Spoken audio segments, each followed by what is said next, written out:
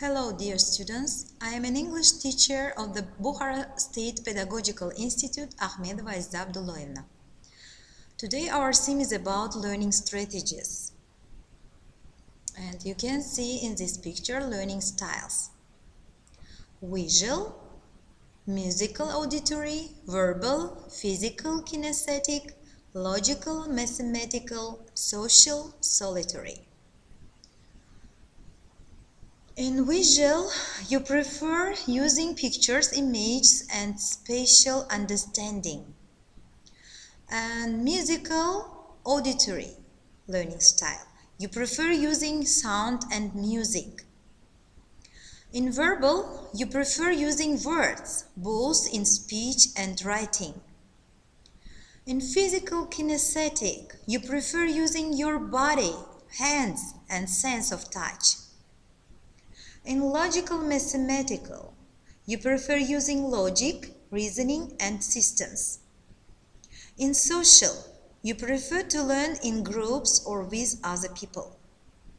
In solitary, you prefer to work alone and use self-study. And what about you? What is your learning style? And you can see learning pyramid. Average student retention rates: 5% lecture, 10% reading, 20% audiovisual, and others. What are learning strategies? Thoughts and actions that assist learning tasks. Ways to understand, remember, and recall information. Ways to practice skills efficiently. What does the research say? All second language learners use strategies, but good. Language learners use more varied strategies and use them more flexible. Frequent use of learning strategies is correlated to higher self-efficacy. More research findings. Strategy instruction improves academic performance. Instruction needs to be explicit. Students need to develop metacognition. Transfer is difficult.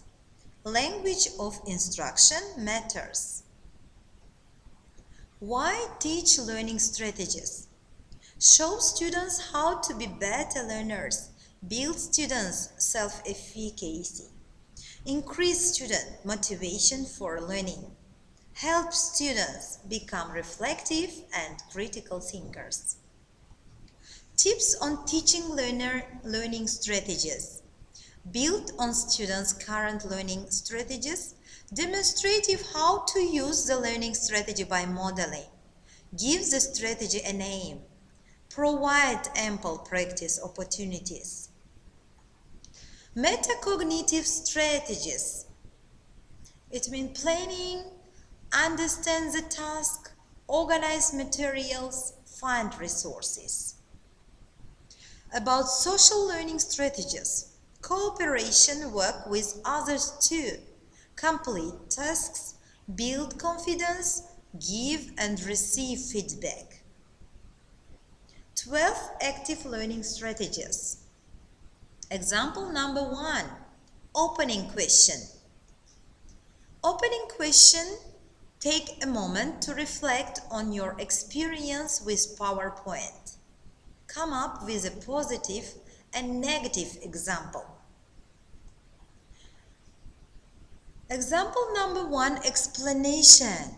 In order for students to learn effectively, they must make connections between what they already know, prior knowledge, and new content to which they are exposed. The opening of a lecture should facilitate these connections by helping students exercise their prior knowledge of the day's subject matter. One useful strategy is to open the lecture with a question, present and opening question, on a PowerPoint slide. Give students a moment to think about their response and then ask a few members of the class for answers. This strategy is easy to initiate, takes very little time, works in a small or large classes, and effectively focuses students' attention on the day's topic. It also provides the instructor with useful feedback on what students know and don't know about the material being presented. Example number 2. Introductory Think, Pair, Share. Think of what you know about active learning strategies. Turn to your partner and share your knowledge. Do you have anything to share with the class? Example number 2, explanation. Think, Pair, Share is an active learning strategy that engages students with material on an individual level, in pairs, and finally as a group. It consists of 3 steps. First, the instructor poses a prepared question and asks individuals to think or write about it quietly. Second, students pair up with someone sitting near them and share the responses verbally. Third, the lecturer chooses a few pairs to briefly summarize their ideas for the benefit of the entire class.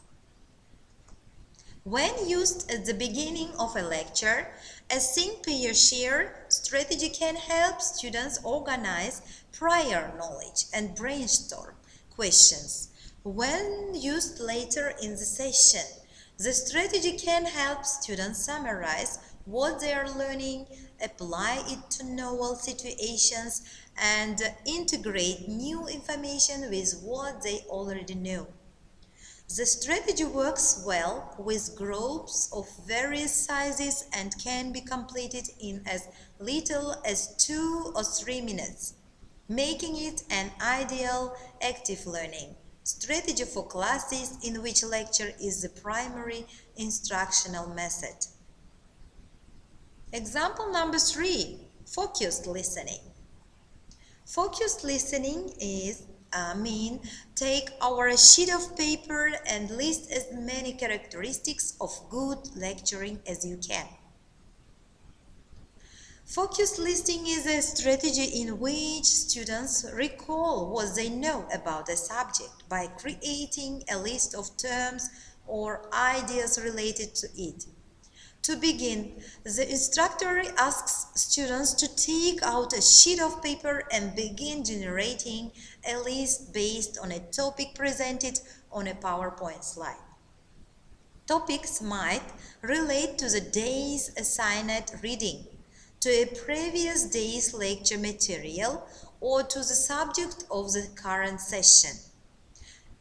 Instructors often move around the room and look at students' lists as they write, briefly summarizing major strengths or themes as a way of closing the exercise. Others ask students randomly to share the contents of their lists before moving on with their lecture.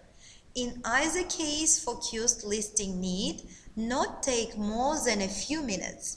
It's an effective way to get students to actively engage material, and it offers feedback that the instructor can use to tailor the subsequent presentation of material to students' needs. Example number 4, brainstorm. What do you know about the way students learn? Start with your clearest thoughts and then move on to those that are kind of out there.